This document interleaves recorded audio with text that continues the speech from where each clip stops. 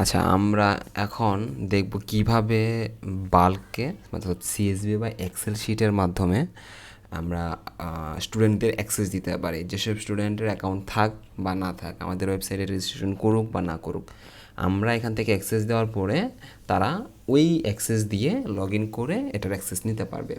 So প্রথমে আমরা কি করব, এই বাল্ক অপশনে ক্লিক করে নিব। আগে কীভাবে যাবো আবার নতুন করে দেখা দিচ্ছি। কোর্সে যাব, দেন কোর্সে যাব, কোর্স ম্যানেজমেন্ট থেকে কোর্সে, যে কোর্সে আমরা অ্যাড করব like how conductive effective crowd risk management. So এটাতে গিয়ে আমি অ্যাক্সেসে যদি ক্লিক করি, দেন এরকম ইন্টারফেস আসবে। এই ইন্টারফেসের মধ্যে বাল্ক আপলোড সিএসবি অপশনটাতে যাব, আমরা স্যাম্পল ফাইলটাকে ডাউনলোড করে নিব। আমি অলরেডি ডাউনলোড করে নিছি। সো এই হলো সেই ডাউনলোডটা। তো আমি একটু ওপেন করি। ওপেন করার পরে এখানে, আচ্ছা এইটা ডাউনলোড হয় নাই, আমি আবার একটু ডাউনলোড দিই। আচ্ছা, আমি আবার একটু ডাউনলোড দিলাম।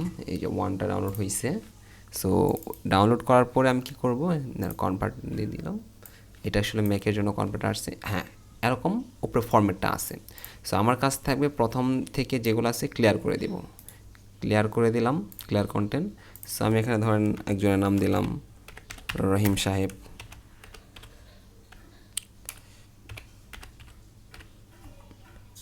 নেক্সটটা দিলাম করিম সাহেব।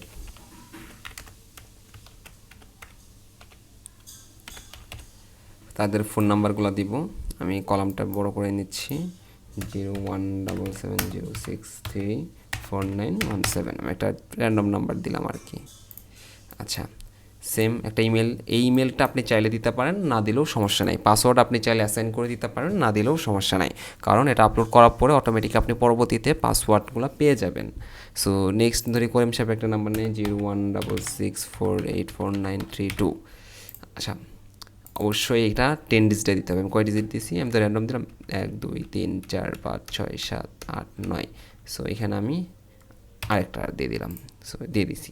দেওয়ার পরে আমি এটা সেভ করে নিচ্ছি। তো আমার কাজ হয়ে গেছে, সেভ হয়ে গেছে, সিম্পল সিএসবি যেটা। সো এখন আমি যাব কিভাবে, যে চুজ ফাইলে ক্লিক করব, সিএসবি 1 অর্থাৎ এটা আমরা কাজ করতেছিলাম। এই যে এন্ট্রি দিছি, আপনি যদি ভালো করে দেখেন, দেন ওপেন ক্লিক করলাম। করার পরে যে ইনপুট স্টুডেন্টে ক্লিক করার সাথে সাথে এই যে আমার দেখেন একটা সিএসবি, নতুন সিএসবি, ইম্পোর্টেড সিএসবি স্টুডেন্ট একটা ফাইল চলে আসছে। তো এটাতে আমি যাই, গিয়ে দেখি কি অবস্থা। ওপেন করে নিচ্ছি। এই দেখেন আমার ওই স্টুডেন্টের আইডি এটা, নাম এটা, স্টুডেন্টের ফোন নাম্বারও চলে আসছে। ইমেল দেই নাই, এই জন্য আসে নাই। এবং কোন কোর্সে অ্যাসাইন হয়েছে সেটাও চলে আসছে। স্ট্যাটাস অ্যাডেড, পাসওয়ার্ডগুলো জেনারেট হয়ে গেছে, 11122233। এটা হলো পাসওয়ার্ড। সো সবার জন্য সেম পাসওয়ার্ডই ডিফল্টভাবে এটাই আসবে।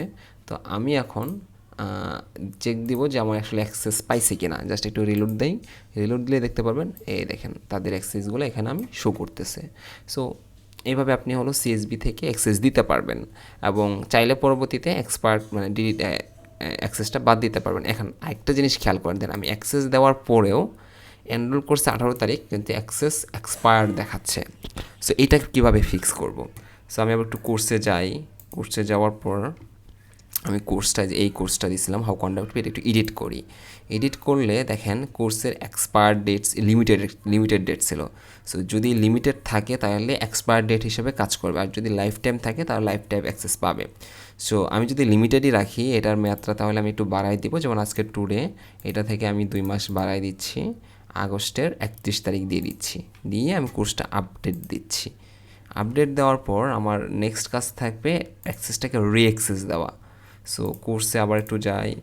এই হলো হাউ কন্ডাক্টিভ, এইটারতে 2 জন আমরা ভর্তি করছি। আমি একটু আবার অ্যাক্সেস বাটনে ক্লিক করি, দেখেন এখন পর্যন্ত এক্সপায়ার। সো আমার কাজ থাকবে যে রিঅ্যাক্সেস যদি দেই, তাহলে কোর্সের যে ডেটটা আমরা হলো এক্সপায়ার ডেট দিছিলাম ওই ডেটের সাথে আপডেটেড হয়ে যাবে।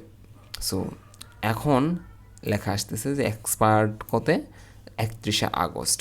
সো আগে ছিল মানে এক্সপায়ার্ড হয়ে গেছিলো, আর এখন অলরেডি ডেটটা চলে আসছে।